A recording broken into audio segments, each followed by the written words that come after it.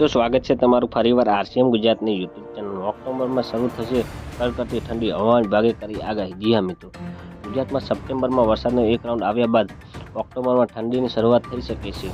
હવામાન વિભાગે જણાવ્યા મુજબ રાજ્યમાં ચોમાસાની વિદાય લેતા ધબધબાટી બોલાવી શકે છે। જી હા મિત્રો, 17 થી 23 સપ્ટેમ્બર સુધી રાજ્યમાં સામાન્યથી મધ્યમ વરસાદની આગાહી કરાઈ છે। જી હા મિત્રો, નવરાત્રી પહેલા અને નવરાત્રીના નોરતે સામાન્ય વરસાદની વરસી શકે છે। જી હા મિત્રો, હવામાન વિભાગ કહેવું મુજબ અમદાવાદમાં વાદળછાયું વાતાવરણ સાથે છૂટાછવાયો વરસાદ પડી શકે છે। જી હા મિત્રો, નવરાત્રિમાં પહેલા અને બીજા નોરતે સામાન્યથી મધ્યમ વરસાદ રહેશે તથા કચ્છ અને સાબરકાંઠા, પાટણ 22 અને 23 સપ્ટેમ્બરે વરસાદની આગાહી કરાઈ છે।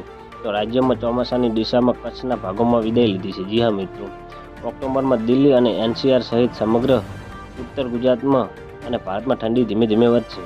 ઓક્ટોબરમાં ધીમી એનસીઆર સહિત સમગ્ર ભારતમાં ઠંડી ધીમે ધીમે વધશે। રાજસ્થાન, હરિયાણા અને પંજાબના કેટલાક ભાગોમાં ધુમ્મસ અને હિમાચલ પ્રદેશમાં અને ઉત્તરાખંડના પહાડી વિસ્તારમાં બરફ છવાયાની વરસાદ થવાની સંભાવના છે। જી હા મિત્રો, ઓક્ટોબરથી ઉત્તર ભારતમાં હવામાન બદલશે।